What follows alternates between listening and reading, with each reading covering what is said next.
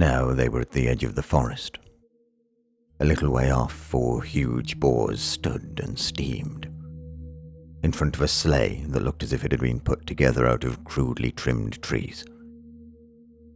There were faces in the blackened wood, possibly carved by stone, possibly carved by rain and wind. The Hogfather climbed aboard and sat down. He'd put on weight in the last few yards, and now it was almost impossible to see anything other than the huge red-robed man. Ice crystals settling here and there on the cloth. Only in the occasional sparkle of frost was there a hint of hair or tusk.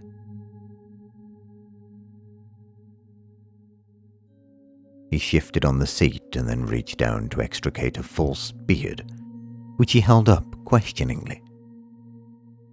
"Sorry," said a voice behind Susan. "That was mine."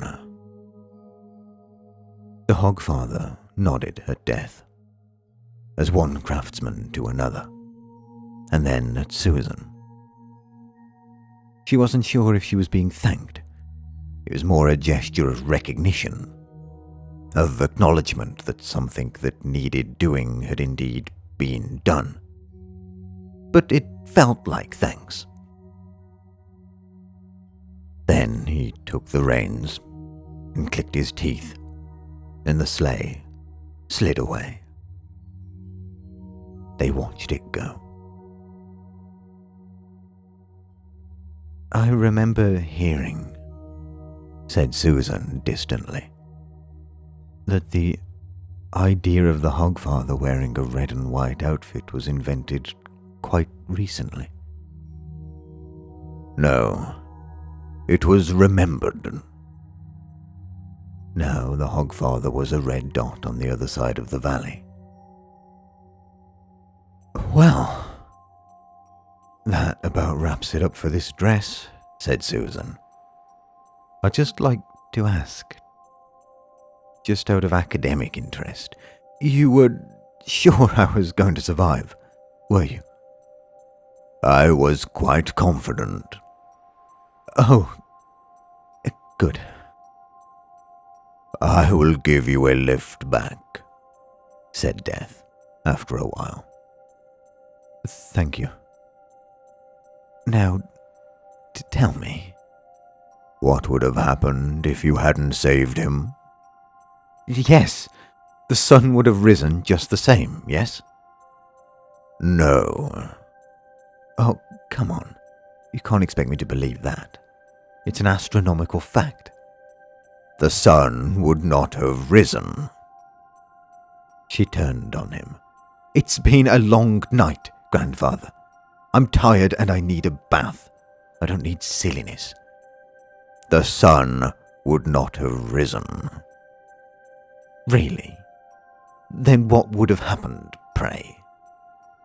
"A mere ball of flaming gas would have illuminated the world." They walked in silence for a moment. "Ah," said Susan dully. "Trickery with words. I would have thought you to be more literal-minded than that."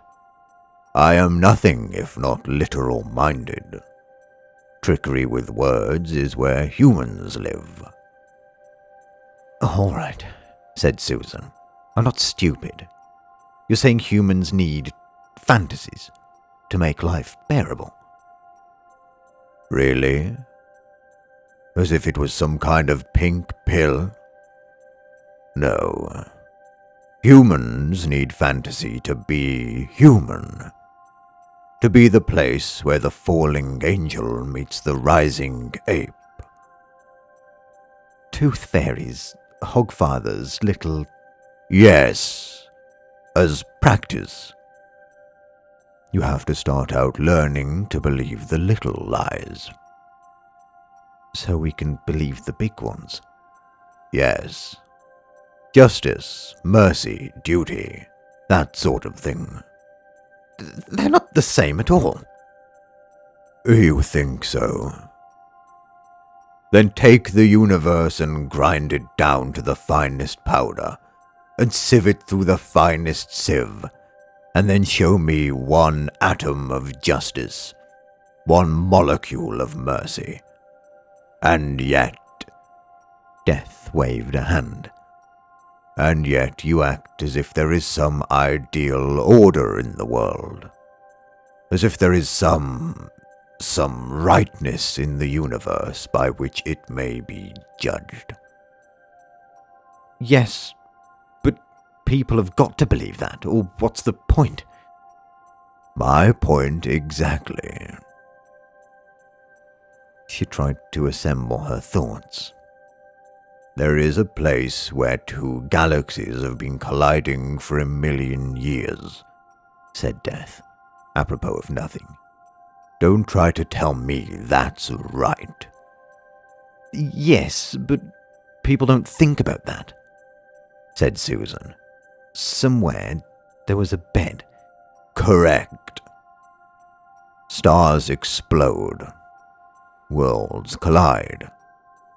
There's hardly anywhere in the universe where humans can live without being frozen or fried, and yet you believe that a bed is a normal thing.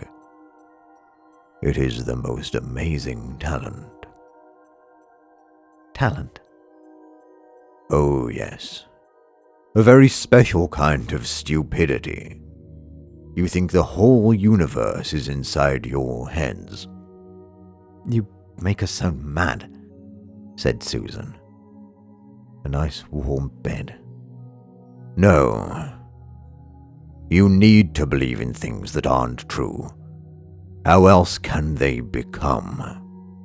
Said Death, helping her up onto Binky.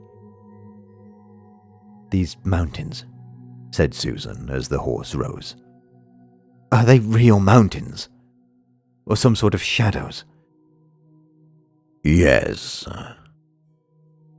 Susan knew that was all she was going to get.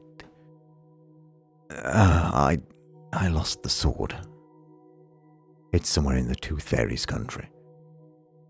Death shrugged. I can make another. Can you? Oh, yes. It'll give me something to do.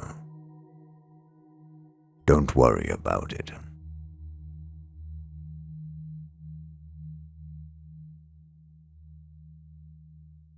Greetings, one and all. If you enjoyed that, you can support me on my Discord, Patreon, Redbubble, or with a channel membership.